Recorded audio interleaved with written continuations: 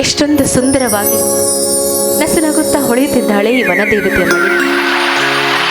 ಕುಹು ಕುಹು ಕೇಳುತ್ತಿರುವ ಚಿಲಿಪಿಲಿಯ ಸದ್ದುಗಳು, ಹರಿಯುತ್ತಿರುವ ನದಿಗಳು, ಇದನ್ನೆಲ್ಲ ನೋಡ್ತಾ ಇದ್ರೆ ಮನಸ್ಸಿಗೆ ಏನೋ ಆನಂದವಾಗುತ್ತದೆ. ಎಷ್ಟೇ ಮನಸ್ಸಿನಲ್ಲಿ ಬೇಸರವಾಗಿರು ಸಹಿತ ಈ ಶಾಂತಿಯ ಸ್ಥಳ ಎಷ್ಟೊಂದು ಅನ್ಯೋನ್ಯತೆ ಕೊಡುತ್ತದೆ ಅಲ್ವೇ.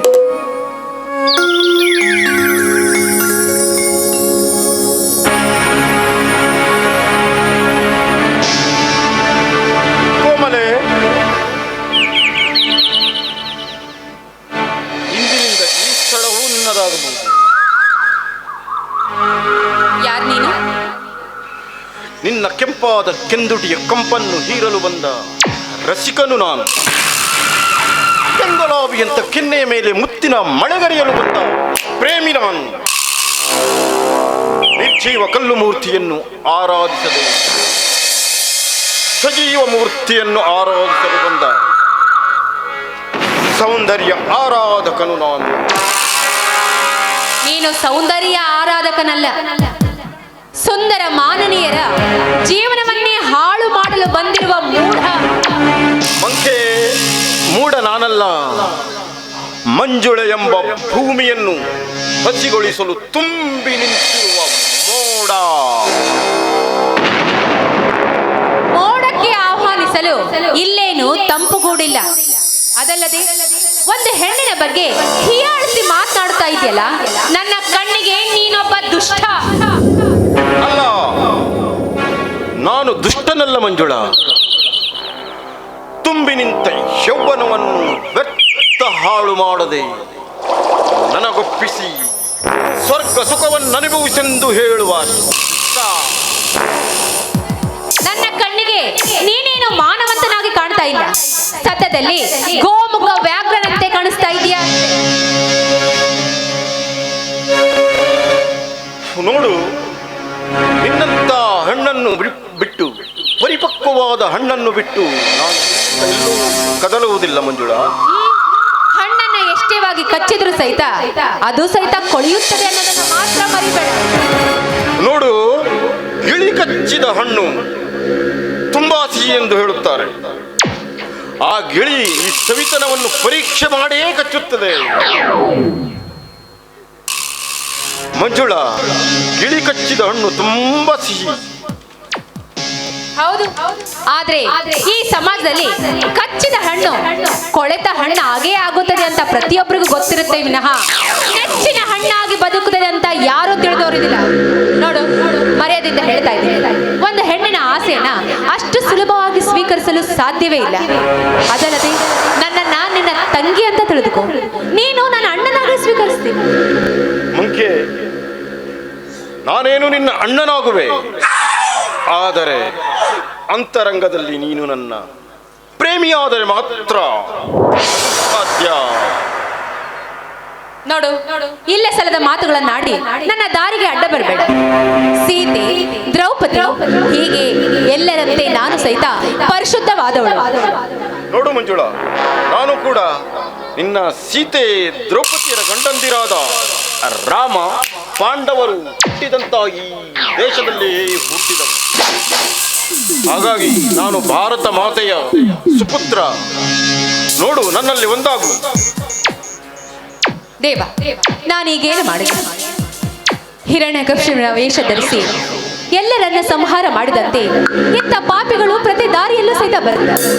ಅದಲ್ಲದೆ ದುಶ್ಯಾಸನಿಂದ ದ್ರೌಪದಿಯನ್ನ ಕಾಪಾಡಿದಂತೆ ಶ್ರೀಕೃಷ್ಣನಾಗಿ ನನ್ನನ್ನು ಸಹಿತ ರಕ್ಷಿಸು ಬಾ ತಂದೆ, ರಕ್ಷಿಸು ಬಾ. ಮಂಕು ಹುಡುಗಿ, ಕೂಗಿದೊಡನೆ ಓಡಿ ಬರಲು ಆ ಶ್ರೀಕೃಷ್ಣನೇನು ನಿನ್ನ ಮನೆಯನ್ನ ತಿನ್ನುವ ನಾಯಿ ಎಂದು ತಿಳಿದಿರುವೆಯಾ? ಇಲ್ಲಿ ಯಾರ ಬರವೂ ಇಲ್ಲ. ನೋಡು ಕೋಮಲೆ, ನನ್ನಲ್ಲಿ ಒಂದಾಗು, ಇಲ್ಲಿ ಯಾರು ಬರುವವರಿಲ್ಲ. ಬಾಯಿ ಮುಚ್ಚೋ ಪಾಪಿ, ದುರ್ಮಾಂಧ. ಒಂದು ಹೆಜ್ಜೆ ಮುಂದಿಟ್ಟು ನನ್ನ ಮುಟ್ಟಲು ಬಂದಿದ್ದೆ ನಿಜವಾದ್ರೆ ನನ್ನ ಕರಗಳು ವಜ್ರದಂತೆ ನಿನ್ನನ್ನ ಸಂಹಾರ ಮಾಡದೆ ಬಿಡೋದಿಲ್ಲ. ಮಲ್ಲಿಗೆ ಎಂದಾದರೂ ಕಲ್ಲಾದೀತೆ, ಹೆಣ್ಣಿಗೆ ಎಷ್ಟೇ ಪೌರುಷವಿದ್ದರೂ ಅದು ಗಂಡಾದೀತೆ. ಮಂಜಿ, ನಿನ್ನ ಈ ಕೋಮಲ ಕರಗಳಿರುವುದು ನನ್ನನ್ನು ಬಿಗಿದಪ್ಪಲು, ನನ್ನನ್ನು ಹೊಡೆಯಲು ಅಲ್ಲ. ನಿನ್ನ ಈ ಕೆಂಪಾದ ತುಟಿಗಳು ಇರುವುದು ನನ್ನನ್ನು ಮುದ್ದಿಸಲಲ್ಲ, ನಿಂದಿಸಲು. ಬಾರೆ ಬಾರೆ, ನನ್ನನ್ನು ಅಪ್ಪಿ ಮುದ್ದಾಡಿ ನನ್ನ ಕಾಮದಾಸೆಯನ್ನು ತೀರಿಸು. ಕಾಮುಕ ಪಶುವೆ, ಒಂದು ಹೆಣ್ಣಿನೊಂದಿಗೆ ಈ ರೀತಿ ಅಸಹ್ಯವಾಗಿ ನಟಿಸ್ತಾ ಇದೆಯಲ್ಲ, ನಿನಗೆ ಯಾರು ಅಕ್ಕ ತಂಗಿಯರಿಲ್ಲವೇ?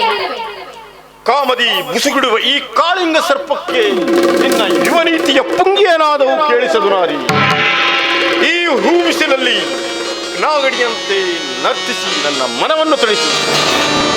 ಕಾಮಾಂಧ, ನೀನ್ ಎಷ್ಟೇ ಸಹಿತ ಈ ರೀತಿ ಮಾತಾಡಿದ್ರು ನನ್ನ ದೇಹ ನಿನಗೆ ಅರ್ಪಿಸುವುದು ಆ ಯಮನೊಂದಿಗೆ ಇದ್ದಾಗ ಮಾತ್ರ ಅನ್ನೋದನ್ನು ಮಾತಾಡಬೇಡ. ಬೆಪ್ಪ ಹುಡುಗಿ, ಈ ರಘುವಿನ ಅಪ್ಪಣೆ ಇಲ್ಲದೆ ಆ ಯಮನು ಕೂಡ ನಿನ್ನ ಪ್ರಾಣವನ್ನು ನಿಲ್ಲಿಸಲಾರ. ಬಾರೆ.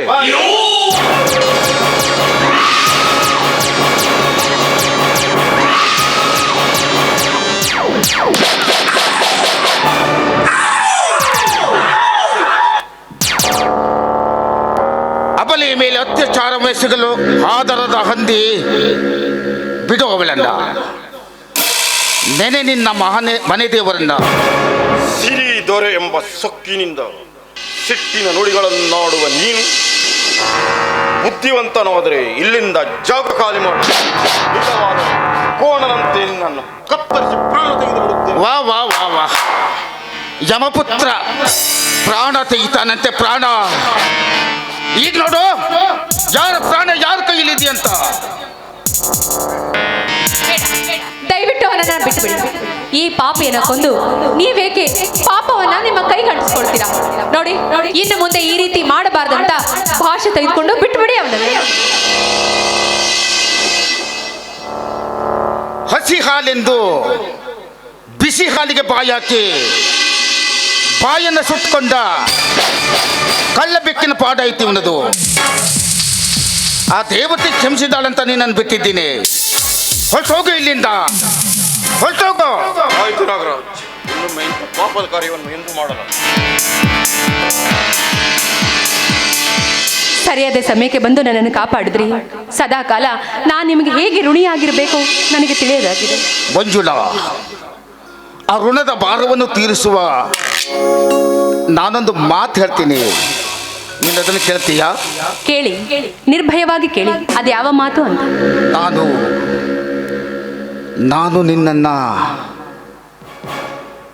ಮದುವೆ ಆಗಬೇಕು ಅಂತ ಮಾಡಿದ್ದೇನೆ. ಇದೇನು ಹೇಳ್ತಾ ಇದ್ದೀರಾ? ನನ್ನ ಜೀವನವೇ ವಂಚನೆಗೆ ಒಳಗಾಗಿದೆ. ಇಂಥ ಪರಿಸ್ಥಿತಿಯಲ್ಲಿ ಜೀವನವೇ ಬೇಡವಾಗದ್ರ ಈಗ ನನ್ನ ಕೈ ಹಿಡಿತೀನಂತ ಹೇಳ್ತಾ ಇದ್ದೀರಲ್ಲ? ಬೇಡ, ಖಂಡಿತ ಬೇಡ. ಮೋಸ, ವಂಚನೆ, ದ್ರೋಹ ಮಾಡಲು ನಾನೇನು ಆ ಚಂದ್ರು ಅಂತ ತಿಳ್ಕೊಂಡಿದ್ದೀಯಾ? ಮಂಜುಳಾ, ನಂಬು ನನ್ನನ್ನ. ಸಂಶಯಕ್ಕೆ ಆಸ್ಪದ ಕೊಡದೆ ನನ್ನ ಮನೆ ಬೆಳಗಲು ಬರ್ತೀಯಾ? ನಿಜವಾಗ್ಲೂ ಇದನ್ನು ಹೇಳ್ತಾ ಇದ್ದೀರಾ? ನಿಜ. ಈ ಸಂತೋಷದ ಸಂಭ್ರಮದಲ್ಲಿ ಕುಣಿದು ನಲಿದು ಕುಣಿದು ಕುಪ್ಪಳಿಸೋಣಪ್ಪ.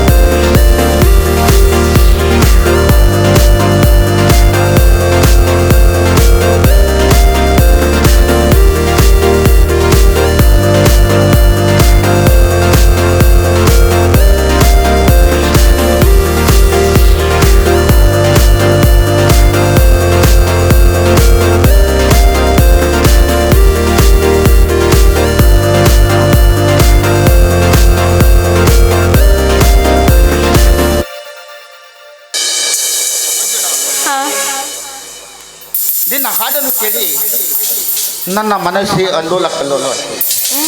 ಈ ನಿನ್ನ ಹಾಡಿಗೆ ಕಾಡಿನ ಪ್ರಾಣಿಗಳು ಓಡೋಡಿ ಬಂದು ತಪ್ಪೇನಿಲ್ಲ. ಹೋಗೋಣವೇ? ನಡಿ ಹೋಗೋಣ. ನಾನು ಮರ್ತೇ ಬಿಟ್ಟಿದ್ದೆ. ಏನದು?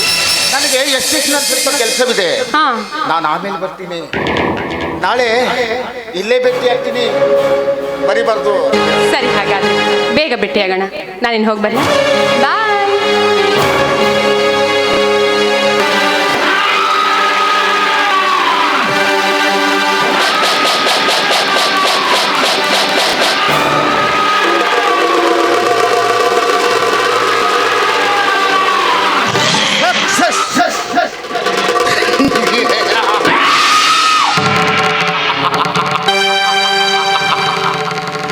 ನಾನು ಮಾಡಿದ ಕಾರ್ಯಗಳೆಲ್ಲ ಸಕ್ಸಸ್. ನಾನು ಮಾಡುವ ಕಾರ್ಯಕ್ಕೆ ಅಪಯ ಶಬ್ದ ಎಂಬುದೇ ಇಲ್ಲ. ಈ ಕುಬೇರನ ಕನಸನ್ನೇ ಸಾಕೆಂದು ಸಂದರ್ಭ ತೊರೆಯುವ ಸುಕುಮಾರಿಯೇ ಸಾಲು ಸಾಲಾಗಿ ಬಂದು ನಿಂತಿರುವಾಗ ಅಪ್ರಾಲ್ ಈ ಮಂಜುಳೆ ಎಷ್ಟಿರುವುದು ಈ ದಿನ ತಿಳಿಸಿರುವೆ. ಸ್ವರ್ಗ ಸುಖದೆಂಬೋ ಚಂದ ಮುಂದೊಂದು ನನಗೆ ತಿಳಿಸುವೆ. ಪ್ರೇಮ ಕಾಮದ ಸವಿಯೂಟವನ್ನ ನಂತರ ಎಸೆಯುವೆ. ಈ ಹಣ್ಣಿನ ಮೇಲಿರುವ ಸಿಪ್ಪೆಯಂತೆ ಈ ಮಂಜುಳಿಯನ್ನ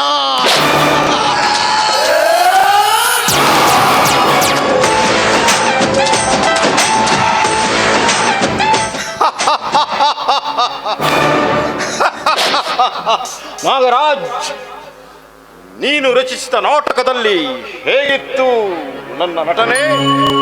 ನಿನ್ನ ನಟನೆಯೇನು ಅದ್ಭುತವಾಗಿತ್ತು. ಅವಳು ಆಡುತ್ತಿರುವ ನುಡಿಗಳೇನು ಅದ್ಭುತವಾಗಿತ್ತು. ಯಾವಾಗ ಅವಳು ನನ್ನ ಮನವನ್ನು ಒಲಿದು ಬರುತ್ತೋ ಅಂತ ಅತ್ತ ಇತ್ತ ಮನ ಕಾಡ್ತಾ ಇತ್ತು. ನಿಮ್ಮವೇನೋ ಮನವೇನೋ ತಣ್ಣಗಾಯಿತು. ಆದರೆ ನಿನಗೆ ಹಣ ತಾನೇ? ಹೌದು.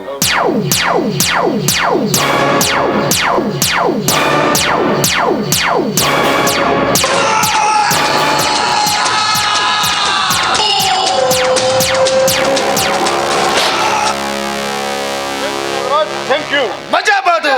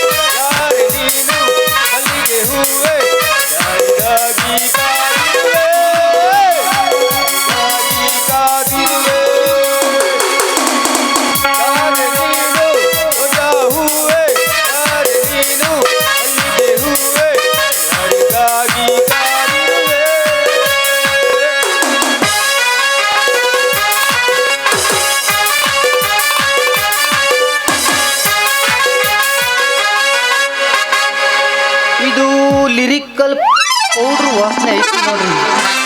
ಇದು ಒಳ್ಳೆ ರಂಗಿನ ವಾಸನೆ ಐತಿ. ಇದು ತುಟಿಗೆ ಹಚ್ಚೋ ಲಿಪ್ಟಿಕ್ ವಾಸನೆ ಐತಿ. ಈ ಮೂರೂ ವಾಸನೆ ಹಿಡ್ಕೊಂಡು ಯಾವುದೋ ಒಂದು 21ನೇ ಶತಮಾನದ ಹುಡುಗಿ ಈ ಕಡೆನೇ ಬರಕತ್ತೈತಿ ಕಾಣ್ತೈತಿ. ಅಂದಂಗ ಈ ಮೂಗ್ನು ವಾಸನೆ ಹಿಡಿಯೋದ್ರಲ್ಲಿ ಯಾವ ನಾಯಿಗೂ ಕಮ್ಮಿ ಇಲ್ಲ ನೋಡ್ರಿ ನಮ್ದು. ಅಂದ್ಕೊಂಡಂಗ ಯಾವುದೋ ಹುಡುಗಿ ಅರ್ಧಂಬರ್ಧ ಡ್ರೆಸ್ ಹಾಕೊಂಡು ಈ ಕಡೆನೇ ಬರಕತ್ತಾಳ ನೋಡಿ. ಬರ್ಲಿ, ವಿಚಾರ ಮಾಡೋಣ ಮತ್ತ.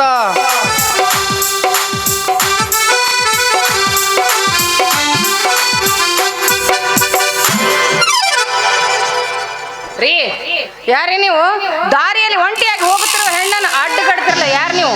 ನಾವು ಸುಂಕದ ಕಟ್ಟೇವ್ರಿ. ಈಗಿನ ಕಾಲದಾಗ ಕಳ್ಳ ಸಾಗಾಣಿಕೆ ಜಾಸ್ತಿ ಆಗವ, ಅದಕ್ಕ ಅಡ್ಡಗಟ್ಟು ನಿಲ್ತಿದ್ದು. ಅದ್ರಲ್ಲಿ ಸರ್ಕ್ ಇರ್ಲಿ ಇರ್ದೇ ಇರ್ಲಿ ನೋಡ್ರಿ. ಮತ್ತ ರೀ ನನ್ನನ್ನೇನು ಗಾಡಿ ಅಂತ ತಿಳ್ಕೊಂಡಿದ್ರೇನು? ಗಾಡಿ ಅನ್ಲಾರ್ದೆ ಮತ್ತೇನ್ ಹೇಳ್ಬೇಕು? ಇದ್ ನೋಡು, ಗಾಡಿ ಕ್ಯಾಬಿನ್ ಐತಿ, ಗಾಡಿ ಬಾಡಿ ಐತಿ, ಗಾಲಿಗಳೈತಿ.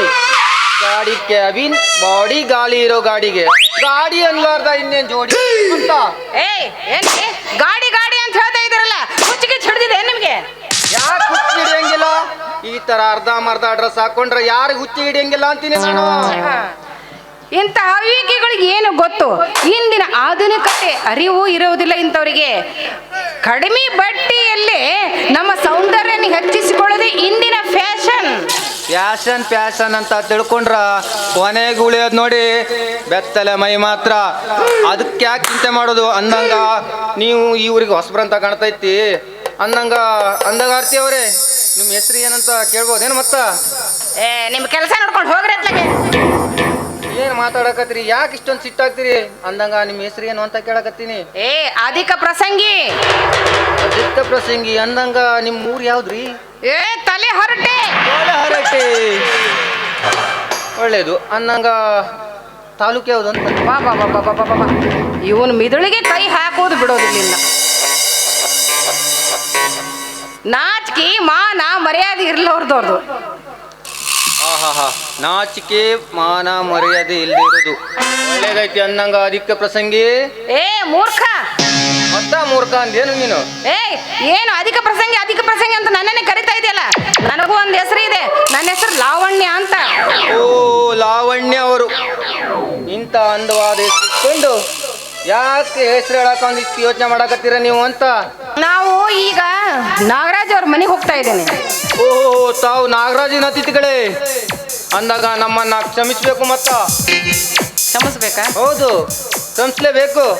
ಅಲ್ಲ, ಅಷ್ಟು ಗಟ್ಟಿ ನಿಂತ್ಕೊಂಡು ಕ್ಷಮಿಸಬೇಕು ಅಂತ ನಿಮ್ನೆ ಕ್ಷಮಿಸ್ಬಿಡಿ ಅಂತ ನೀವೇ ಹೇಳ್ಕೊಂತೀರ ನಮ್ಮ ಕೈ. ಕ್ಷಮಿಸಿದ್ದೀನಿ. ತಾವು ಈ ಊರಿಗೆ ಯಾಕೆ ಬಂದಿದ್ದು ಅಂತ ಗೊತ್ತಾಗ್ಲಿಲ್ಲ. ಏನಿಲ್ಲ, ಈ ಊರಿನ ಪರಿಚಯ ಮಾಡ್ಕೊಳ್ಳೋದಕ್ಕೆ ಬಂದಿದ್ದೀನಿ. ಅಂದಾಗ ಈ ಊರಿನ ಪರಿಚಯ ಒಂದು ಸ್ವಲ್ಪ ಹೇಳ್ತೀರಾ? ಇಲ್ಲಿ ಜನಸಂಖ್ಯೆ ಎಷ್ಟಿದ್ದಾವೆ ಅವೆಲ್ಲ ವಿವರಿಸಾಗಿ ಹೇಳ್ಬಿಡಿ. ಈ ಊರಿನ ಜನಸಂಖ್ಯೆ ಹೇಳು ಅಥವಾ ಜೀವ ತೆಗೆಯೋ ಸಂಖ್ಯೆ ಹೇಳು? ಅಂದಾಗ ನೋಡಿ ಮೇಡಮ್ ಅವರ, ಈ ಊರಲ್ಲಿ ಉಳಿಯಕ ಅತಿಥಿ ಗೃಹವಿಲ್ಲ, ಸರಿಯಾದ ಊಟ ಇಲ್ಲ. ಅಂದಂಗ ನಾವು ನಿಮ್ಗೆ ಹೇಳಕ್ಕ ನಾನೊಬ್ನೇ ಈ ಊರಾಗ ಮೇನ್ ಜನ ಅಂದ್ರ ನೋಡ್ರಿ. ಹೌದಾ? ನೀವಿಷ್ಟು ನಿಧಾನವಾಗಿ ತಡತಡ್ದು ಹೇಳ್ತಾ ಇದ್ರೆ ನಾನು ಯಾವ್ದಂತ ನೆನಪು ಮಾಡ್ಕೊಳ್ಳಿ. ಆಯ್ತಾಯ್ತು, ಇನ್ನೊಂದ್ಸಲ ನಾನು ನಿಮ್ಮನ್ನು ಭೇಟಿ ಆದಾಗ ಅರ್ಧ ತಾಸು ಯಾಕೆ ಇಡೀ ದಿವಸ ನಿಮ್ಮ ಮುಂದೆ ಕೂತ್ಕೊಂಡು ಮಾತಾಡ್ಕೊಂಡು ಹೋಗ್ತೀನಿ. ಆಯ್ತೆ, ನಾ ಇನ್ನು ಬರ್ಲೆ. ಬಾಯ್ ಬಾಯ್. ಹಂಗಾರೆ ಬನ್ನಿ. ಬಾಯ್ ಬಾಯ್. ನೋಡ್ರಿ, ಏನೋ ಅನ್ಕೊಂಡಿದ್ದೆ, ಏನ್ ಮಾಡೋದು? ಚಾನ್ಸ್ ಇಲ್ಲ ಅಂದ್ರೆ ಏನು ಮಾಡಕ್ ಬರಂಗಿಲ್ಲ ನೋಡ್ರಿ. ಕೇಳಿದೆ, ಸಿಗ್ಲಿಲ್ಲ, ಏನ್ ಮಾಡೋದು? ಹಣೆ ಬರ್ದಲ್ಲಿ ಮುಂದೆ ಏನಾಯ್ತು ನೋಡೇ ಬಿಡ್ತೀನಿ ನೋಡು.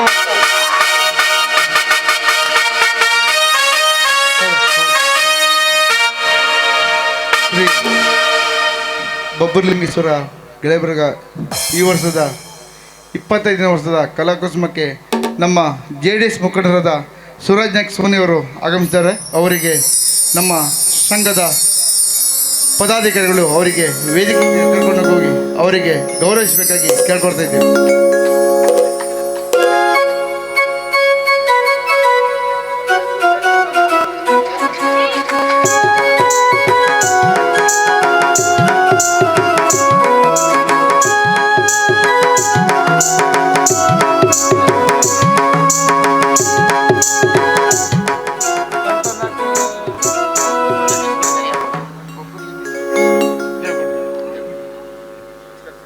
ಎಲ್ರಿಗೂ ನಮಸ್ಕಾರ. ಕ್ಷಮೆ ಕೇಳ್ತೀನಿ, ಒಂದೇ ನಿಮಿಷದಲ್ಲಿ ಮಾತಾಡೋಗ್ತೀನಿ. ಇಷ್ಟು ತಡವಾದರೂ ಬರೋದಕ್ಕೆ ಬಲವಾದ ಕಾರಣ ಇದೆ. ಕಾರಣ ಅಂದರೆ ಅಲ್ಲಿ ವಾಲಿಬಾಲ್ ಪಂದ್ಯಾವಳಿಯಲ್ಲೂ ನಾನಿದ್ದೆ, ಮತ್ತು ಅದಾದಮೇಲೆ 3 ಕಾರ್ಯಕ್ರಮ ಮುಗಿಸಿ ಬಂದೆ ಈಗ ಹೋಗಿ. ಬರೋದಕ್ಕೆ ಕಾರಣ ಏನಂದರೆ ದೇವಗುಂಡಿ ನನಗೆ ಅತ್ಯಂತ ಪ್ರೀತಿ ಮಾಡೋದು ಊರಲ್ಲಿ ದೇವಗುಂಡಿನೂ ಒಂದು. ಭಾಳ ಅಭಿಮಾನದಿಂದ ಹೇಳೋದಕ್ಕೆ ಬಯಸ್ತೀನಿ. ಅದ್ರ ಜೊತೆಯಲ್ಲಿ ಕೃಷ್ಣ ಅದ್ಭುತ ಕಲಾವಿದರು ಅವರು. ಇವರು ಬಂದಾಗ ಹೇಳಿದ್ರು 25ನೇ ವರ್ಷದ್ದು ಬೆಳ್ಳಿ ಹಬ್ಬ ಆಚರಣೆ ಮಾಡ್ತೀವಿ ಅಂತ. ಹಾಗಾಗಿ ಅವ್ರು ಬೆಳ್ಳಿ ಹಬ್ಬ ಆಚರಣೆ ಮಾಡಬೇಕಾದ್ರೆ ಅವ್ರು ಓಪನ್ ಶೋ, ಯಾವುದು ಟಿಕೆಟ್ ಇಟ್ಕೊಂಡು ನಾಟಕ ಯಾವತ್ತೂ ಮಾಡಿದವ್ರಲ್ಲ ಅಲ್ಲ. ಹಾಗಾಗಿ ಆ ಪ್ರೀತಿಗೋಸ್ಕರ ಅವರು ಕಷ್ಟಪಡ್ತಾರೆ. ನಮ್ಮ ಕೈಲಾದ ಸಣ್ಣ ಪುಟ್ಟ, ನಾನು ಕಷ್ಟದಲ್ಲಿದ್ದೀನಿ, ಎಲ್ಲರಿಗೂ ಗೊತ್ತಿರೋ ವಿಚಾರ. 3 ಸರಿ ಚುನಾವಣೆ ಸೋತಿ ಭಾಳ ಕಷ್ಟದಲ್ಲಿದ್ದೀನಿ, ನೊಂದ್ಕೊಂಡಿದ್ದೀನಿ. ಆದರೂ ನಾನು ನೊಂದವ್ರ ಜೊತೆಗೆ ಯಾವಾಗೂ ಇದ್ದವನು. ಕಷ್ಟದಲ್ಲಿದ್ದವರು ಅವ್ರ ಜೊತೆಗೆ ನಾವು ಬರಬೇಕು, ಸ್ಪಂದಿಸ್ಬೇಕು ಅಂತ ಇಷ್ಟೊತ್ತಾದರೂ ಬಂದಿದ್ದೀನಿ. ನಿಮ್ಗೆ ಸ್ವಲ್ಪ ಅಡಚಣೆ ಆಗ್ಬೋದು, ಕ್ಷಮೆ ಕೇಳ್ತೀನಿ. ಆದರೆ ನನ್ನ ಕೃಷ್ಣ ಪಟಗಾರವ್ರಿಗೆ ಮತ್ತು ಎಂಟೈರ್ ತಂಡಕ್ಕೆ ನಾನು ಶುಭಾಶಯ ಕೋರೋದಕ್ಕೆ ಬಯಸ್ತೀನಿ. ನಿಮ್ಮೆಲ್ಲರ ಪರವಾಗಿ ಅವರಿಗೆ ವಿಶೇಷವಾದ ಅಭಿನಂದನೆ ಸಲ್ಲಿಸ್ತೀನಿ. 25 ವರ್ಷಗಳ ಕಾಲ ನಾಟಕದ ಮುಖಾಂತರ ನಿಮ್ಮನ್ನು ಮನರಂಜಿಸಿದ್ದಾರೆ, ಕಷ್ಟಪಟ್ಟಿದ್ದಾರೆ. ನನಗೊತ್ತು ಎಲ್ಲೆಲ್ಲಿ ಸಾಲ ಮಾಡ್ಕೊಂಡು ಎಂತೆಂಥ ಮಾಡಿ ಒಂದು ನಾಟಕ ಪ್ರದರ್ಶನ ಮಾಡ್ತಾರೆ. ಈ ಪ್ರೀತಿ ವಿಶ್ವಾಸ ನೀವೆಲ್ಲರೂ ಏನು ಈ ಒಂದು ತಂಡದ ಮೇಲೆ ಇಟ್ಕೊಂಡಿದ್ರಿ, ಅದೇ ರೀತಿ ಯಾವಾಗೂ ಇಟ್ಕೋಬೇಕು. ನಾನು ಅಷ್ಟೇ ಅವ್ರ ಜೊತೆಗಿರ್ತೀನಿ. ಆದರೆ ಏನು ಮಾಡೋದು, ನನಗೆ ನಿಮ್ಮೆಲ್ಲರ ಆಶೀರ್ವಾದ ಇದೆ. ಆದರೆ ನಿಮ್ಗೆ ಋಣ ತೀರಿಸೋ ಭಾಗ್ಯ ನಂಗೆ ಸಿಗಲಿಲ್ಲ, ಸೋತೆ. ನೀವೆಲ್ಲ ಗೆಲ್ಲಿಸಿದ್ರಿ. ಯಾವುದೋ ಬೇರೆ ಬೇರೆ ತಾಂತ್ರಿಕ ಇದರಿಂದ ನಾನು ಸೋಲು ಅನುಭವಿಸ್ಬೇಕಾಯ್ತು, ಅನ್ಯಾಯ ಆಯಿತು. ಆದರೆ ನನಗೆ ನಿಮ್ಗೇನೋ ಮಾಡಬೇಕು ಅನ್ನೋ ಒಂದು ಮನಸ್ಸಿತ್ತು, ಅದು ಆಗಲಿಲ್ಲ ಅನ್ನೋ ನೋವಿದೆ. ಅದರ ಭಗವಂತ ನಿಮ್ಮ ಆಶೀರ್ವಾದ, ನಿಮ್ಮ ಪ್ರೀತಿ ಇದೇ ರೀತಿ ಯಾವಾಗೂ ನನ್ನಲ್ಲಿರಲಿ.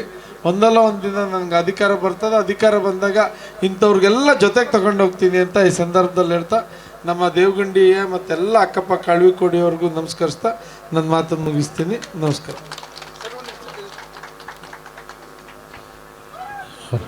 ಧನ್ಯವಾದಗಳು. ಸಮಯದ ಅಭಾವವಿದ್ದರೂ ಕೂಡ ನಿಜವಾದ ಜನನಾಯಕರಾಗಿ ನಮ್ಮ ಈ ಒಂದು ಕಾರ್ಯಕ್ರಮಕ್ಕೆ ಆಗಮಿಸಿ ನಮ್ಮ ಒಂದು ಕಾರ್ಯಕ್ರಮಕ್ಕೆ ಶುಭ ಹಾರೈಸಿದ JDS ಮುಖಂಡರಾದ ಶ್ರೀಯುತ ಸೂರಜ್ ನಾಯ್ಕ ಸೋನಿ ಅವರಿಗೆ ನಮ್ಮ ಮಂಡಳಿಯ ಪರವಾಗಿ ತುಂಬ ಧನ್ಯವಾದಗಳು. ಅದೇ ರೀತಿ ಅವರಿಗೆ ನಮ್ಮ ಈ ಒಂದು ಕಾರ್ಯಕ್ರಮಕ್ಕೆ ಆಗಮಿಸಿದ ಸಲುವಾಗಿ ನೆನಪಿನ ಕಾಣಿಕೆಯಾಗಿ ಈ ಒಂದು ನೆನಪಿನ ಕಾಣಿಕೆ ನೀಡ್ತಿದ್ದೆ. ದಯವಿಟ್ಟು ಅವರು ಸ್ವೀಕರಿಸಬೇಕು.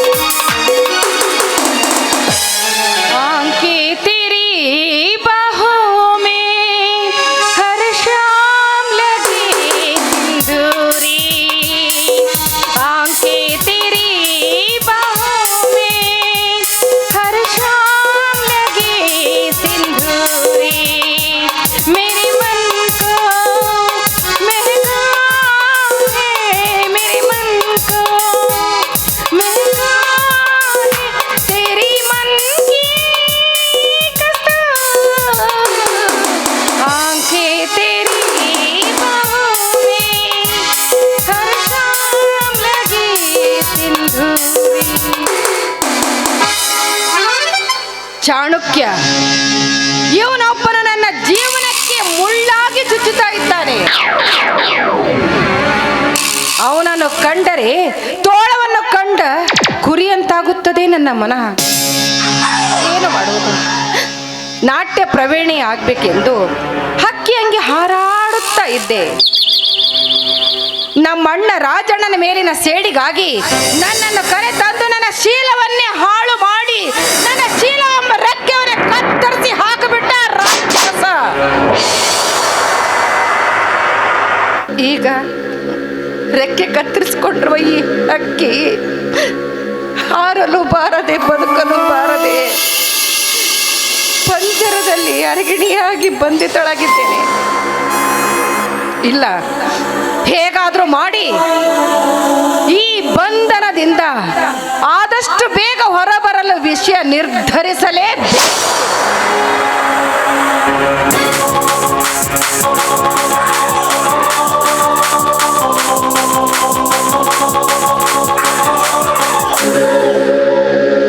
ಮನದ ಮಲ್ಲಿಗೆ ಎಂದು ಮನದಿ ಭ್ರಮರವನ್ನು ಆಕರ್ಷಿಸಲು ಅರಳಿ ಏರು ಯೌವನದ ಈ ಹೆಣ್ಣು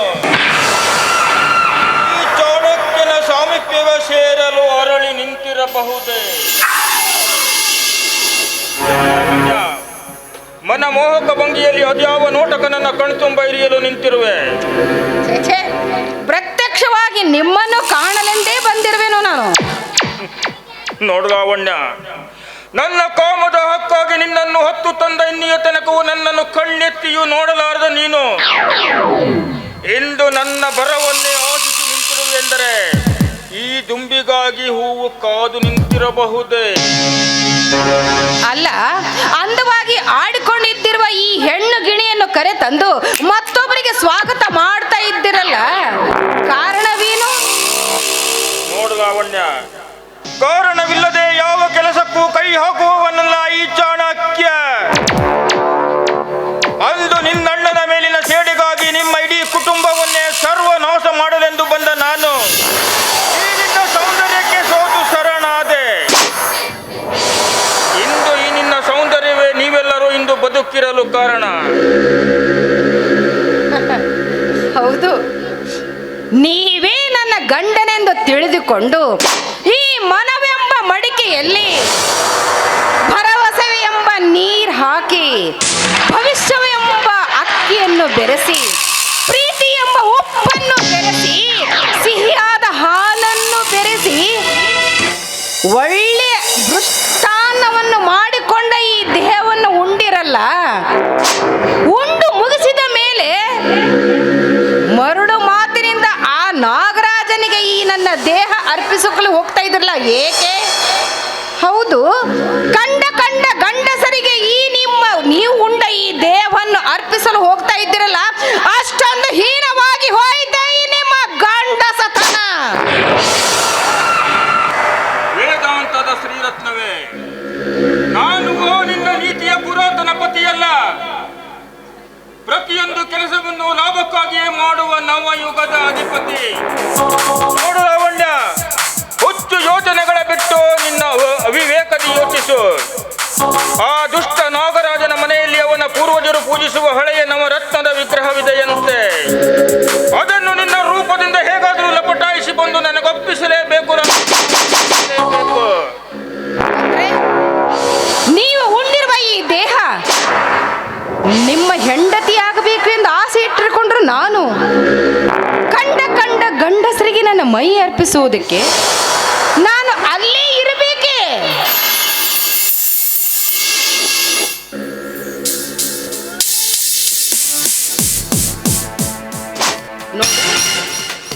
ನಾನು ನಿಮ್ಮ ಸತಿ ಆಗೋಳು, ಕಂಡವರಿಗೆ ಮೈ ಅರ್ಪಿಸೋದಕ್ಕಿಂತ ನಾನು ಅಲ್ಲೇ ಇರಲೇ?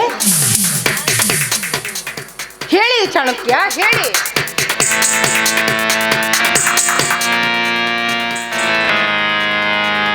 ನೋಡು ಲಾವಣ್ಯ, ಪ್ರತಿಯೊಂದು ಕೆಲಸವನ್ನು ನಾನು ಲಾಭಕ್ಕಾಗಿಯೇ ಮಾಡುವ ಚಾಣಕ್ಯ. ನೀನು ಸುಮ್ಮನೆ ನಿನ್ನ ಹುಚ್ಚು ಯೋಚನೆಗಳನ್ನು ಮಾಡಬೇಡ. ಅವನಲ್ಲಿರುವ ಆಭರಣಗಳನ್ನು ತಂದು ಬೇಗ ನನಗೊಪ್ಪಿಸು. ನಂತರ ನಿನ್ನನ್ನು ಈ ಸ್ವರ್ಗದ ರಾಣಿಯನ್ನಾಗಿ ನೋಡಿಕೊಳ್ಳುತ್ತೇನೆ. ಒಪ್ಪಿಕೋ ಲಾವಣ್ಯ. ನಾನು ಈ ನಿಮ್ಮ ಮಾತನ್ನು ನಂಬಬಹುದೇ? ನೀನು ಪೂಜಿಸುವ ನಿನ್ನ ದೇವರಾಣೆಯಾಗಿಯೂ ನಂಬು. ಆಮೇಲೆ ಹೊಳೆ ದಾಟಿದ ಮೇಲೆ ನನ್ನ ಕೈ ಬಿಡುದಿಲ್ಲ ತಾನೆ ನೀವು? ನೀನು ನಂಬುತ್ತೀಯೋ ಬಿಡ್ತೀಯೋ ನನಗೆ ಗೊತ್ತಿಲ್ಲ. ಒಂದು ವೇಳೆ ನೀನು ನಂಬದೇ ಹೋದರೆ ಈ ನನ್ನ ಕ್ರೂರವಾದ ಅಂಬು ನಿನ್ನಣ್ಣನ ಶಿರಚ್ಛೇದನ ಮಾಡಬೇಕಾಗಿತ್ತು. ಬೇಡ ಬೇಡ, ನಿಮ್ಮ ಕೈ ಮುಗಿದು ಬೇಡ್ಕೊಳ್ತೇನೆ, ನಮ್ಮ ಅಣ್ಣನಿಗೇನು ಮಾಡಬೇಡಿ. ನನ್ನ ತಾಯಿಯನ್ನು ಕೊಂದಂತೆ ನಮ್ಮ ಅಣ್ಣನ್ನು ಕೊಲ್ಲಬೇಡಿ. ನೋಡಿ, ನೀವೇನು ಹೇಳ್ತೀರೋ ಅದನ್ನೆಲ್ಲ ಮಾಡ್ತೀನಿ. ನೀವು ಮಾಡಿದ ತಪ್ಪಿಗೆ ನಮ್ಮ ಅಣ್ಣ ನಿಮ್ಮನ್ನು ಬಂಧಿಸಿದ ಒಂದೇ ಒಂದು ಸೇಡು ಇಟ್ಟುಕೊಂಡು ನಮ್ಮ ಅಣ್ಣನಿಗೇನು ಮಾಡಬೇಡಿ. ನೀವು ಹೇಳಿದ ಕೆಲಸವೆಲ್ಲ ಮಾಡ್ತೀನಿ. ನನ್ನ ಅಣ್ಣನ ಸಲುವಾಗಿ ನನ್ನ ದೇಹ ನಾಯಿ ನರಿ ಹದ್ದು ಆ ತಾಯಿಗಳು ಹಂಚಿದ್ರು ಚಿಂತೆ ಇಲ್ಲ. Very good Lavanya, very good. ರಂಬೆಯ ರೂಪ, ಮೇಲಕೆಯ ಮೋಟ, ಊರ್ವಶಿಯ ಒನಗು ಪಡೆದಿರುವ ನಿನ್ನಂತ ಹೆಣ್ಣುಗಳು ಮನಸ್ಸು ಮಾಡಿದರೆ ಕುಡಿನೋಟವೇ ಕಾರ್ಯ ಸಾಧಿಸಬಹುದು ಲಾವಣ್ಯ. ದೇವ ಕನ್ಯೆಯರ ದೇಹ ಸುಖಿ ಸಂಪತ್ತನ್ನು ಹೊಂದಿರುವ ನಾಗರಾಜನಿಗೆ ನಿನ್ನ ಕೆಂಪಣ್ಣ ರುಚಿ ಹಚ್ಚಿ ಅವನ ಸಿರಿ ಸಂಪತ್ತನ್ನು ಲಪಟಾಯಿಸಿಕೊಂಡರೆ ನಿನ್ನ ಜೀವನ ಪರ್ಯಂತ ನಿನ್ನ ದಾಸನೆಂದು ಲಾವಣ್ಯ. ಹೌದು, ಆ ನಾಗರಾಜ ನನ್ನ ರೂಪಕ್ಕೆ ಮರಳಾಗುವನೇ. ಲಾವಣ್ಯ, ಲಾವಣ್ಯ, ಲಾವಣ್ಯ.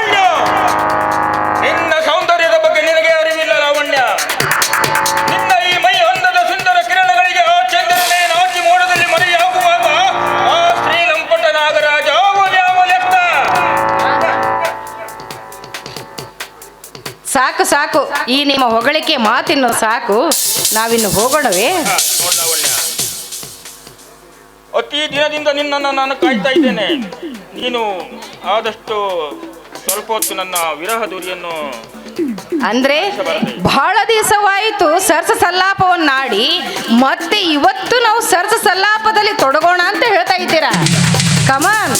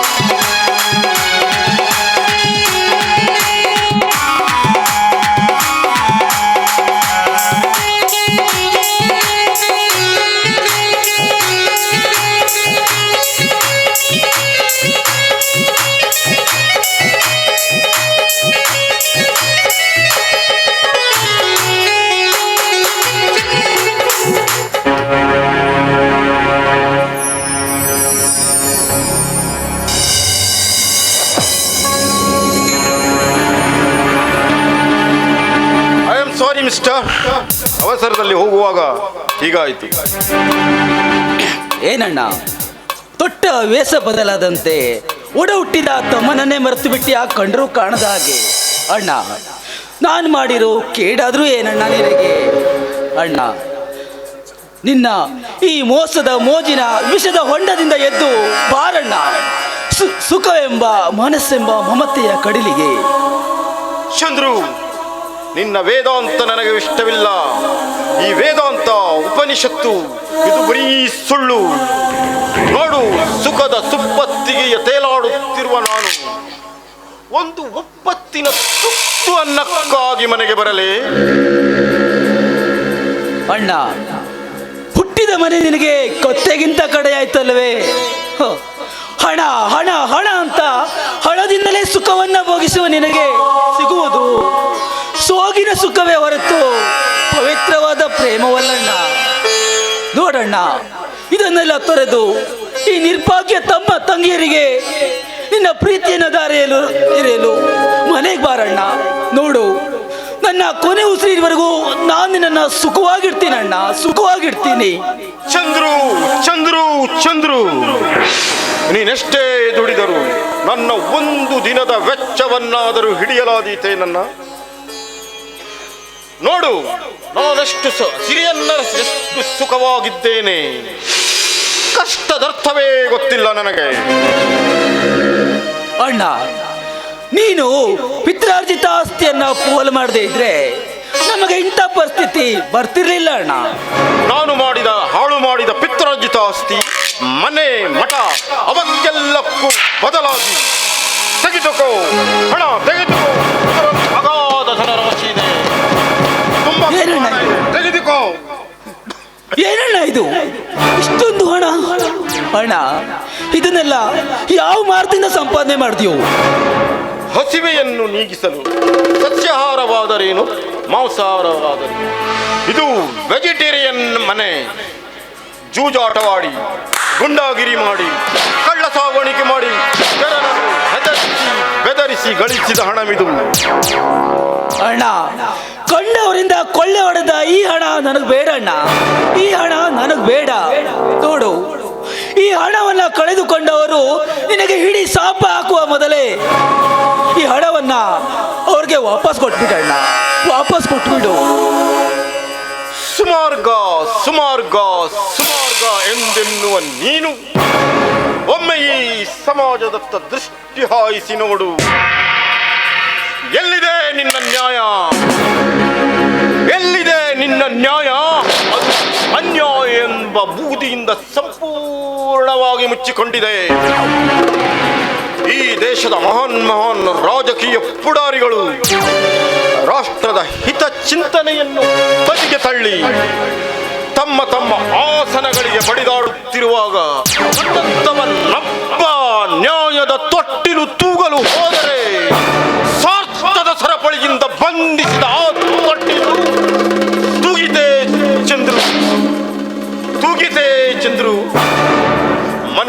ಮನವೆಂಬ ಶೀಲವನ್ನು ಮಾರಿಕೊಳ್ಳುವ ಸೂಳೆಯರ ನಾಡಿನಲ್ಲಿ ನನ್ನಂತವನೊಬ್ಬ ಸುಮಾರ್ಗದ ರಥ ಎಳೆಯಲು ಹೋದರೆ ಕಪಟತನದ ವಿಲಾಸಿಯರ ಜಾತ್ರೆಯಲ್ಲಿ ಆ ರಥ ಚಲಿಸಿತೆ ಚಂದ್ರ. ಛಲದ ಜೋಕಾಲಿಯಲ್ಲಿ ಕಪಟತನದ ಜನ ಸುಖದ ಜಲದಿಯಲ್ಲಿ ಈಜಾಡುತ್ತಿರುವಾಗ ಜಯವನ್ನೀಯದ ಸಜ್ಜನಿಕೆಯನ್ನು ನಾನು ಏಕೆ ಬಳಸಿಕೊಳ್ಳಲಿ? ಅಣ್ಣ, ನೀನೀಗ ಒಂದು ದೀಪವನ್ನ ಮುತ್ತಿಸಲು ಹೊರಟ ಪತಂಗದಂತೆ. ಅದನ್ನ ಮುತ್ತಿಸಿ ನೀ ಮೈ ಸುಟ್ಕೊಂಡಾಗ್ಲೇ ಗೊತ್ತಾಗೋದು ದೀಪ ಅಂದ್ರೆ ಏನು ಅಂತ. ಅಣ್ಣ, ನೋಡು, ಈ ಅಸ್ವಾಭಾವಿಕ ಪ್ರೀತಿಯನ್ನ ತೊರೆದು ನೈಸರ್ಗಿಕ ಪ್ರೀತಿಯನ್ನ ನಮಗೆ ತೊರೆದು ಆಗಾಗ ಮನೆಗಾದ್ರೂ ಬಾರಣ್ಣ. ಮನೆ ಮನೆ ಮನೆ ಎಂದು ಯಾಕೆ ಬಡಿದಾಡುತ್ತಿರುವೆ ಚಂದ್ರ? ನನಗೆ ಈ ಹಣವೇ ದೇವರು, ಅದನ್ನೇ ನಾನು ಪೂಜಿಸುತ್ತೇನೆ. ನೀನು ಪ್ರಾಣ ಕೊಟ್ಟರೂ ಕೂಡ ಈ ಹಣವನ್ನು ಮಾತ್ರ ನಾನು ಬಿಡುವುದಿಲ್ಲ. ನನಗೆ ಹಣವೇ ದೇವರು, ಹಣವೇ ಸರ್ವಸ್ವ. ನಾನಿನ್ನು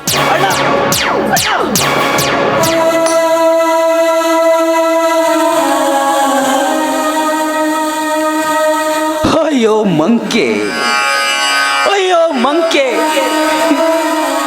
ನ್ಯಾಯವೆಂಬ ಹೂವಿಗೆ ಪ್ರೀತಿ ಎಂಬ ನೀರನ್ನ ಹಾಕಿ ಸುಖದ ಸುವಾಸನೆ ಸೇವಿಸುವಂತ ಅಂದ್ರೆ ಅನೀತಿ ಎಂಬ ಹಾವಿಗೆ ಅಧರ್ಮದ ಹಾಲನ್ನ ಹಾಕಿ ಸಾಕಿ ಬೆಳೆಸಿದ್ರೆ ನಿನಗೆ ಸಿಗೋದು ಸಾವೇ ಹೊರತು ನಲಿವೆಂಬ ಹುಟ್ಟಿಲ್ಲಣ್ಣ, ನಲಿವೆಂಬ ಹುಟ್ಟಿಲ್ಲ. ಉಡಲು ಒಂದೇ ಅಂತ ಹಾಲನ್ನು ನೀಡಿದರೆ ನಿರಾಕರಿಸಿ ವಿಷದ ಮಲೆಗೆ ಬಾಯ ಕಿಕ್ಷಿಲವನ್ನು ಇರುವ ನಿನಗೆ ನಿನ್ನಂತ ತುಚ್ಛ ದನಗಳನ್ನ ಈ ಮಂಚಿನಲ್ಲಿ ಕೊಚ್ಚದೆ ಉಳಿಗಾಲವಿಲ್ಲ ಈ ನನ್ನ ಭಾರತ ಮಾತೆಗೆ. ಆ ಸೃಷ್ಟಿಕರ್ತ ನೀನು ನಿಜವಾಗಲೂ ದೇವರ ಅಥವಾ ಮನುಷ್ಯ ಕಲ್ಪನೆಯ ಕಲ್ಯ? ನೀನು ಕಲ್ಲೇ ಆಗಿರದಿದ್ದರೆ ಬೀಸು ನಿನ್ನ ದಾವಾಗ್ನಿಯನ್ನ ಕೊಂಡರನ್ನ ಹೊಸ ಜೀವನವನ್ನು ಕರುಣಿಸು ನನ್ನ ಭಾರತಾಂಬೆಗೆ. ನೀನು ಇಲ್ಲದೆ ಹೋದರೆ ಕಠೋರ ನೊಂದ ಮನಸ್ಸಿನ ಶಾಪ ನಿನಗೆ ತಟ್ಟದೆ ಬಿಡಲ್ಲ, ನಿನಗೆ ತಟ್ಟದೆ ಬಿಡಲ್ಲ.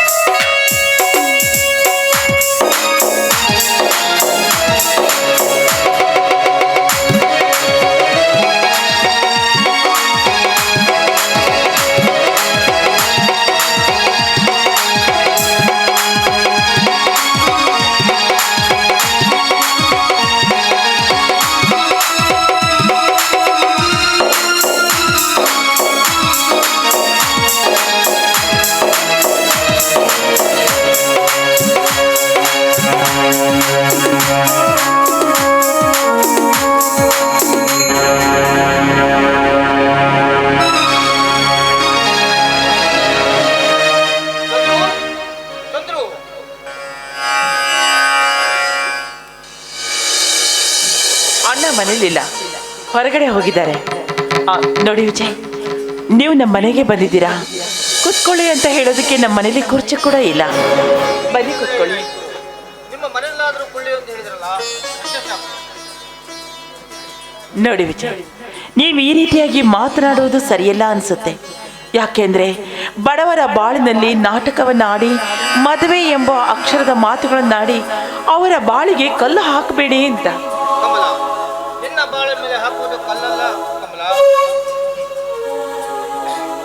ನೋಡು, ನಿನ್ನನ್ನು ನಾನು ಮನಸಾರೆ ಪ್ರೀತಿಸಿದ್ದೇನೆ, ನಿನ್ನನ್ನು ಮದುವೆಯಾಗಬೇಕೆಂದು ಬಯಸಿದ್ದೇನೆ. ನಿನಗೆ ನಾನು ಯಾವ ರೀತಿ ಮೋಸ ಮಾಡುವುದಿಲ್ಲ. ವಿಜಯ್, ನೀವು ನಿಜವಾಗಿಯೂ ನನ್ನ ಬಾಳಿನ ಭಾಗ್ಯದಾತರು ಅಂತ ತಿಳಿದುಕೊಳ್ತೀನಿ. ನೀವೇ ನನ್ನನ್ನು ಒಪ್ಪಿದ್ದೀರಿ ಅಂದಮೇಲೆ ಇನ್ನು ನನಗೆ ಯಾವ ಒಪ್ಪಿಗೆಯೂ ಬೇಡ ರಾಜ. ಈ ದೇವರಾಣಿಗೂ ಸತ್ಯ, ನಿನ್ನನ್ನು ಬಿಟ್ಟು ಮತ್ತಾರನ್ನು ಮದುವೆಯಾಗಲಿಕ್ಕೂ ಸಾಧ್ಯವಿಲ್ಲ. ನೀನೇ ನನ್ನ ಬಾಳಿನ ಭಾಗ್ಯ. ಹೌದು, ನಾನು ನಿಮ್ಮ ಬಾಳಿನ ಭಾಗ್ಯವಾದರೆ ನೀವು ನನ್ನ ಬಾಳಿನ ದೇವರು ಅಂದಾಗ ಈ ಬಾಳಿನಲ್ಲಿ ಅರಳಿ ನಿಂತಿರುವ ಕಮಲದಂತೆ ನಾನು ಅಂದಾಗ ನಾನೇ ಪುಣ್ಯಶಾಲಿ ಅನ್ನಬಹುದು. ಇದೇ ಸಮಯದಲ್ಲಿ ಒಂದು ಸಿಂಪಲ್ ಹಾಡನ್ನು ಹಾಡೋಣ.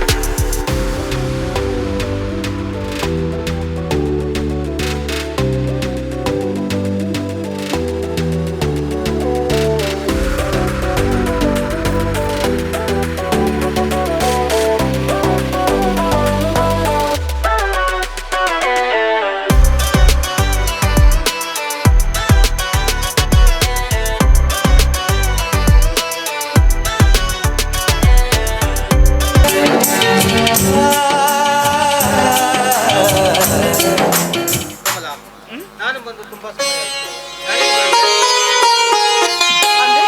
ನೀವು ಹೊರಟ್ರೇನು? ನೋಡಿ ನಾನು ಹೋಗ್ತೇನೆ, ಆಗಾಗ ಬಂದು ಹೋಗ್ತಾ ಇರ್ತೇನೆ. ಸರಿ.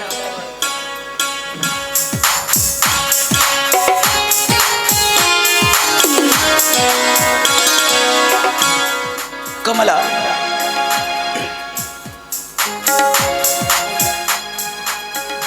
ಕಮಲ, ಇಂದು ರಗಣ್ಣ ಸಿಕ್ಕಿದ್ನಮ್ಮ. ಅಂದ್ರೆ ಅವನು ಸಿಕ್ಕಿದ್ದಾನೆ ಅಂದಮೇಲೆ ಅವನನ್ನ ಮನೆ ಕರೆದುಕೊಂಡು ಬರುತ್ತಾನೆ. ಇಲ್ಲಮ್ಮ, ಮನೆಗೆ ಬಾ ಅಂತ ಕರೆದ್ರೆ ಅವನು ಕತ್ತೆಗಿಂತ ಕೆಟ್ಟ ಮಾತುಗಳನ್ನಾಡಿ ಮದವೇರಿದ ಮಂಗನಂತೆ ವರ್ತಿಸಿಬಿಟ್ನಮ್ಮ. ಮದವೇರಿದ ಮಂಗನಂತೆ ವರ್ತಿಸಿಬಿಟ್ಟ. ಅಣ್ಣ, ನಮಗೆ ಯಾಕೆ ಇಂಥ ಶಿಕ್ಷೆ? ಅವನು ಯಾಕೆ ಈ ರೀತಿ ಆದ ಅಂತ ಗೊತ್ತಿಲ್ಲ. ಆದರೆ ಹೋದ ಜನ್ಮದಲ್ಲಿ ನಾವು ಯಾವ ಅಣ್ಣ ತಂಗಿಯರನ್ನ ಅಗಲಿಸಿದ್ದೇವೆ ಏನೋ, ಅದಕ್ಕಾಗಿಯೇ ನಮಗೆ ಆ ದೇವರು ಇಂಥ ಶಿಕ್ಷೆಯನ್ನು ಕೊಡ್ತಾ ಇದ್ದಾನೆ. ದುಃಖ ಪಡಬೇಡಮ್ಮ, ದುಃಖ ಪಡಬೇಡ. ನೋಡು, ಇಂದಲ್ಲ ನಾಳೆ ಅವನು ನಮ್ಮನೆಗೆ ಬಂದೇ ಬರ್ತಾನೆ ನಂಬಿಕೆ ನನಗಿದೆ. ಈಗ ಅವನು ನಮ್ಮ ರಗಣ್ಣ ಅಲ್ಲಮ್ಮ. ನಮ್ಮ ವಾತ್ಸಲ್ಯಕ್ಕೆ ಕರಗದವನ ಮನ ಕಣ್ಣೀರಿಗೆ ಕರಗುತ್ತಾ. ಆದ್ರೆ ಒಂದಂತೂ ಸತ್ಯ, ಇಂದಲ್ಲ ನಾಳೆ ಅವನು ಬಂದೇ ಬರ್ತಾನಮ್ಮ, ಆ ನಂಬಿಕೆ ನನಗಿದೆ. ಅಂದಾಗೆ ವಿಜಯನೇನಾದ್ರೂ ಮನೆಗೆ ಬಂದಿದ್ದೇನಮ್ಮ? ಹೌದಣ್ಣ, ವಿಜಯ್ ಮನೆಗೆ ಬಂದಿದ್ರು. ಆಮೇಲೆ ನೀನು ಮನೇಲಿದ್ಯಾ ಅಂತಲೂ ಕೇಳಿದ್ರು. ಅಷ್ಟೇನಾ? ಅಷ್ಟೇ ಅಲ್ಲ, ಆಮೇಲೆ ನಾನು ಬಂದಿರೋ ವಿಷಯವನ್ನ ನಿಮ್ಮ ಅಣ್ಣನಿಗೆ ಹೇಳೋ ಅಂತ ಹೇಳಿದ್ರು. ವಿಜಯ್ ತನ್ನ ಅಣ್ಣನೊಂದಿಗೆ ಮದುವೆ ವಿಷಯ ಮಾತನಾಡಿ ಒಪ್ಪಿಸ್ತೆ ಅಂತ ಹೇಳಿದ್ದ. ಅವ್ರ ಅಣ್ಣ ನಾಗರಾಜ ಒಪ್ಪಿದ್ನೋ ಅಲ್ಲೋ ಒಂದು ಗೊತ್ತಾಗ್ತಾ ಇಲ್ಲ. ಅಣ್ಣ, ಒಂದು ವೇಳೆ ಅವ್ರೇನಾದ್ರೂ ನಮ್ಮ ಮದುವೆಗೆ ಒಪ್ಕೊಳ್ದೆ ಹೋದ್ರೆ? ಆ ವಿಜಯನಿಗಿಂತ ಸುಂದರವಾದ ವರನ್ನು ತಂದು ನಾನು ನಿನಗೆ ಮದುವೆ ಮಾಡ್ತೀನಿ. ಅಣ್ಣ, ಬೇಡ ಬೇಡ. ಯಾಕೆಂದ್ರೆ ನಾವಿಬ್ರು ಮನಸಾರೆ ಪ್ರೀತಿಸ್ತಾ ಇದ್ದೀವಿ. ಅಂತರಂಗದಲ್ಲಿ ನಾನು ವಿಜಯನನ್ನ ತುಂಬಾ ಪ್ರೀತಿಸ್ತಾ ಇದ್ದೀನಣ್ಣ. ಅವರನ್ನ ಬಿಟ್ಟು ಬಾಳುವ ಶಕ್ತಿ ನನಗಿಲ್ಲ. ಅಂದಾಗ ನಮ್ಮಿಬ್ಬರ ಈ ಪ್ರೀತಿ ಪವಿತ್ರವಾದದಣ್ಣ, ಪವಿತ್ರವಾದದ್ದು. ನನಗೆ ಅರ್ಥ ಆಗುತ್ತೆ ಕಮಲ. ಆದ್ರೆ ಒಂದು ವೇಳೆ ನಾಗರಾಜ್ ಅವರು ಒಪ್ಪದಿದ್ರೆ ಮುಂದೆ ನಾನೇ ನಿಂತು ಈ ಮದುವೆ ಮಾಡಬೇಕು ಅಂದ್ರೆ ಕೈಯಲ್ಲಿ ಬಿಡಿಗಾಸು ಕೂಡ ಇಲ್ಲ. ಆ ಬಿಡಿಗಾಸು ಕೂಡ ಇಲ್ಲ. ಅಣ್ಣ, ಹಣ ಇಲ್ಲ ಅಂತಂದ್ರೆ ಮದುವೆ ಮಾಡೋದಕ್ಕೆ ಸಾಧ್ಯನೇ ಇಲ್ವೇನಣ್ಣ? ಇಲ್ಲಮ್ಮ, ನೋಡು, ಹಣವಿಲ್ಲದೆ ಹೆಡಕ್ಕೂ ಸ್ಮಶಾನದಲ್ಲಿ ಜಾಗ ಇಲ್ಲ ಅಂತಂದಾಗ ಸಾವಿರಾರು ಜನರು ಬಂದು ತಿಂದು ಅರಸಿ ಹಾರೈಸಿ ಹೋಗುವ ಮದುವೆ ಹಣ ಇಲ್ಲದೆ ಹೇಗಮ್ಮ ಸಾಧ್ಯ? ಹೇಗೆ ಸಾಧ್ಯ? ಹೇದೆ ನಡೆ, ಮನೆಗಳೆರಡರ ಮಧ್ಯೆ ಅಲುಗಾಡದೆ ಕುಳಿತಿರುವೆ ಏಕೆ ತಾಯಿ? ಕುಳಿತಿರುವೆ ಏಕೆ? ಶ್ರೀಮಂತರ ಭವ್ಯ ಗದ್ದುಗೆಯಲ್ಲಿ ಅವರ ಭಕ್ತ ಭೋಜನಗಳ ಎಡೆಯನ್ನು ಪಡೆಯುತ್ತಾ ಹಾಯಾಗಿದೆಯಾ ಅಲ್ವಾ? ಆದ್ರೆ ನಮ್ಮಂತ ಬಡವರ ನಿಷ್ಕಲ್ಮಶ ಹೊರೆಯನ್ನು ಕೇಳುವಷ್ಟು ಸಮಯವಾಗಲು ಇದೆ. ಹೀಗೆ ವರ್ಗ ಭೇದ ಮಾಡಿ ಜನರನ್ನು ಹರಿಸುವ ನೀನು ನಮ್ಮಂತ ಬಡವರ ಮನೆಯಲ್ಲಿ ಇರಬಾರ್ದಮ್ಮ, ಇರಬಾರ್ದು. ಈ ನಮ್ಮ ಮನೆಯಿಂದ ಲಕ್ಷ್ಮೀನೇಕೆ ಮುನಿಯುವೆ ಚಂದ್ರು? ಅವಳೀಗ ನಿನ್ನ ಮನೆಯಂಗಳದಲ್ಲಿ ಆಗಮಿಸಿದ್ದಾಳೆ. ಓ ನಾಗರಾಜರು, ಬನ್ನಿ. ಕಮಲ ಕುಳಿತುಕೊಳ್ಳಲು ಬಳಿಯಂತವರು. ಪರವಾಗಿಲ್ಲ, ನಿಂತ್ಕೊಂಡೇ ಮಾತಾಡ್ತೀನಿ. ಅಂದ ಹಾಗೆ ನೀವು ನನ್ನನ್ನು ಬೀಗ ಅಂತ ಕರೆದ್ರ? ನೋಡಿ, ತಾವಿಚ್ಛಿಸಿದ ವಿಷಯವಾಗಿ ನಾನು ಬಂದಿದ್ದು. ಬೀಗನ ಯೋಗ್ಯತೆ ಇಷ್ಟಾದಿಗಳನ್ನು ತಿಳಿಬೇಡುವೆ. ನನಗೆ ತುಂಬಾ ಸಂತೋಷ ಆಯ್ತು ನಾಗರಾಜ್, ತುಂಬಾ ಸಂತೋಷ ಆಯ್ತು. ನೀವು ನನ್ನನ್ನ ಬೀಗ ಅಂತ ಕರೆದ್ರಲ್ಲ, ಅಂದ್ರೆ ಈ ಮದುವೆಗೆ ನಿಮಗೆ ಒಪ್ಪಿಗೆ ಇದೆ ಅಂತ ಆಯ್ತು. ಕಮಲ, ಬಾರಮ್ಮ, ಬಾ. ನೀನು ತುಂಬಾ ಪುಣ್ಯವಂತಳಮ್ಮ, ಪುಣ್ಯವಂತಳು. ನನಗೆ ಗೊತ್ತಿತ್ತು ನಾಗರಾಜ್ರಿ, ದೊಡ್ಡವರ ಮನೆಯಲ್ಲಿ ದೊಡ್ಡತನ ಇದ್ದೇ ಇರುತ್ತದೆ ಅಂತ. ಅದನ್ನ ನಾನು ಇವತ್ತು ಅರ್ಥ ಮಾಡ್ಕೊಂಡೆ. ತಂಗಿ ಕಮಲ, ಬಡತನದ ಹಡಗನ್ನು ದೋಣಿಯನ್ನು ನಡೆಸುತ್ತಿದ್ದ ನಿನ್ನನ್ನು ಶ್ರೀಮಂತತನದ ಹಡಗನ್ನು ನಡೆಸಲು ಮುಂದಾಗಿದ್ದಾರೆ ಈ ನಾಗರಾಜರು. ಅಂದರೆ ನಾಗರಾಜರೇ, ಅಂದಾಗೆ ಮದುವೆ ದಿನವನ್ನ ಎಂದು ನಿರ್ಧಾರ ಮಾಡಿದೆ? ಮನಸ್ಸಿಗೆ ಬಂದ ಕ್ಷಣ, ಮುಹೂರ್ತ ಕೂಡಿದ ಕ್ಷಣ. ನಿಮ್ಮ ಮಾತುಗಳಿಂದ ಕೇಳಿ ನನಗೆ ಸಂತಸಕ್ಕೆ ಪಾರವೇ ಇಲ್ಲ. ಈ ಸಿಹಿಯನ್ನ ಹಂಚ್ಕೊಳ್ಳೋಣ ಅಂತಂದ್ರೆ ಮನೆಯಲ್ಲಿ ಸಕ್ಕರೆಯೂ ಇಲ್ಲ, ಕೈಯಲ್ಲಿ ಬಿಡಿ ಕಾಸು ಕೂಡ ಇಲ್ಲ. ಬಡ ಬಿಕಾರಿಗಳೇ, ಕೈಯಲ್ಲಿ ಕಾಸಿರದಿದ್ರು ಕುಬೇರ ನಗರಕ್ಕೆ ಅಡಿ ಇಡಲು ಯೋಚಿಸಿದ್ದೀರಾ? ನಾಚಿಕೆಯಾಗುವುದಿಲ್ವೇ ನಿಮ್ಮ ಜನ್ಮಕ್ಕೆ? ಏನಿದು? ನಿಮ್ಮ ಮಾತೆ ನನಗೆ ಅರ್ಥ ಆಗ್ತಾ ಇಲ್ಲವಲ್ಲ. ನಾನು ಬಂದದ್ದು ಮದುವೆಯ ಅರ್ಥಕ್ಕೆ ಹೇಳಲಲ್ಲ. ಈ ಮದುವೆಯನ್ನ ಇಲ್ಲಿಗೆ ಸ್ಥಗಿತಗೊಳಿಸಲು. ಅಂದ್ರೆ ಈ ಮದುವೆ ನಿಮಗಿಷ್ಟ ಇಲ್ವೇ? ನೋಡು, ನನಗೆ ಖಂಡಿತವಾಗಿ ಇಷ್ಟವಿಲ್ಲ. ನಾಗರಾಜ್, ಯಾಕೆ ಯಾಕೆ ಈ ಮದುವೆ ಇಷ್ಟ ಇಲ್ಲ ಅಂತ ನಿಮ್ಮನ್ನು ನಾನು ಕೇಳಬಹುದಾ? ಕೇಳ್ತೀಯ? ಕೇಳ್ತೀಯನೋ? ಕೇಳು. ಬಡಬಂಡಿಯ ಚಕ್ರವನ್ನ ಕುಬೇರನ ರಥಕ್ಕೆ ಜೋಡಿಸಿದ್ರೆ ಆ ಚಕ್ರ ಸರಿಯಾಗಿ ಚಲಿಸುತ್ತೆ. ಇಂಥ ಹುಚ್ಚು ವಿಚಾರಗಳಿಗೆ ಬೆಲೆ ಕೊಡದೆ ಬೇಕಾದಷ್ಟು ಹಣ ಕೊಡ್ತೀನಿ, ಇದನ್ನ ಇಲ್ಲಿಗೆ ಮುಗಿಸ್ಬಿಡು. ಕುರಿಗೆ ಬೆಲೆ ಕಟ್ಟುವ ಹಾಗೆ ಬೆಲೆ ಕಟ್ಟುವ ನಿಮಗೇನೋ ಗೊತ್ತು? ಪವಿತ್ರವಾದ ಪ್ರೇಮದ ಬೆಲೆ. ನನ್ನ ತಂಗಿ ಏನು ಅಂತ ಗೊತ್ತು? ಗುಣದಲ್ಲಿ ರಾಣಿ, ರೂಪದಲ್ಲಿ ದೇವತೆ. ಅದ್ಭುತ ಅದ್ಭುತ ಗುಣದ ರೂಪಸಿ ರಾಣಿ ಕಣೋ ನನ್ನ ತಂಗಿ. ರಾಣಿ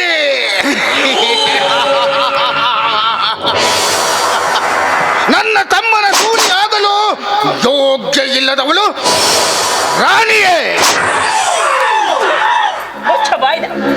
ಇಷ್ಟೊತ್ತವರೆಗೆ ಈ ಮನೆಗೆ ಬಂದು ನೀನು ಬಾಯಿಗೆ ಬಂದ ಹಾಗೆ ಮಾತಾಡ್ತಾ ಇದ್ದನು, ಅದನ್ನು ಕೇಳಿ ಸುಮ್ಮನೆ ಇದ್ದೆ. ಆದ್ರೆ ನಮ್ಮ ಮನೆಯವರಿಗೆ ಬಂದು ನಮಗೆ ಬಾಯಿಗೆ ಬಂದ ಹಾಗೆ ಮಾತನಾಡ್ತಾ ಇದೆಯಲ್ಲೋ ನಾಯಿ. ಹುಚ್ಚು ಬಾಯಿ ತುಚ್ಚ ಹೆಣ್ಣೆ.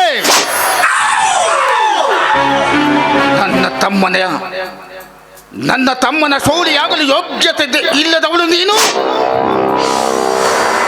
ನನ್ನ ಮನೆಗೆ ಬರಲು ಹೇಗೆ ಸಾಧ್ಯ?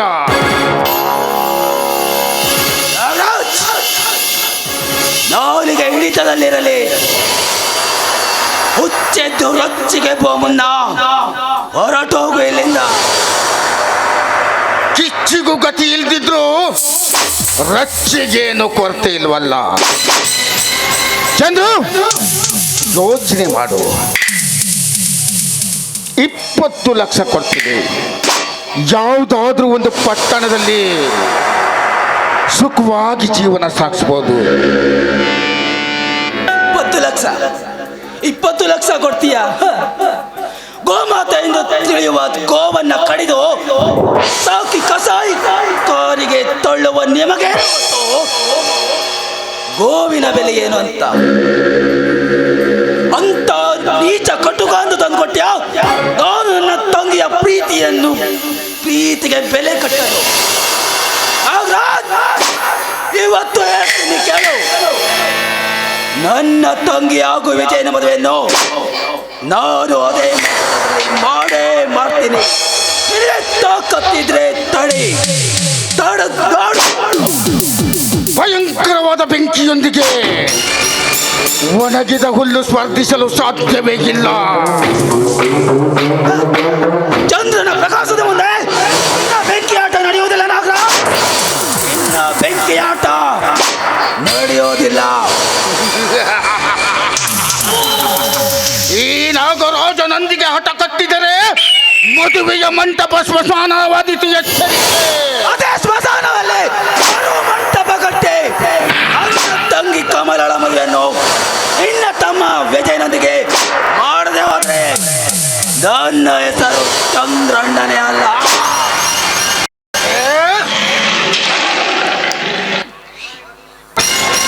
ಮಗನಾದ ಬೆಂಕಿಯೊಂದಿಗೆ ಸ್ಪರ್ಧೆ ಮಾಡ್ತಾ ಇದೀಯಾ? ಅದೇ ಮದುವೆಯ ಮಂಟಪದಲ್ಲಿ ನಿನ್ನ ದೇಹದ ರಕ್ತಾಭಿಷೇಕ ಮಾಡಿದ್ರೆ ನಾನು ನಾಗರಾಜ್ ಅಲ್ವೋ?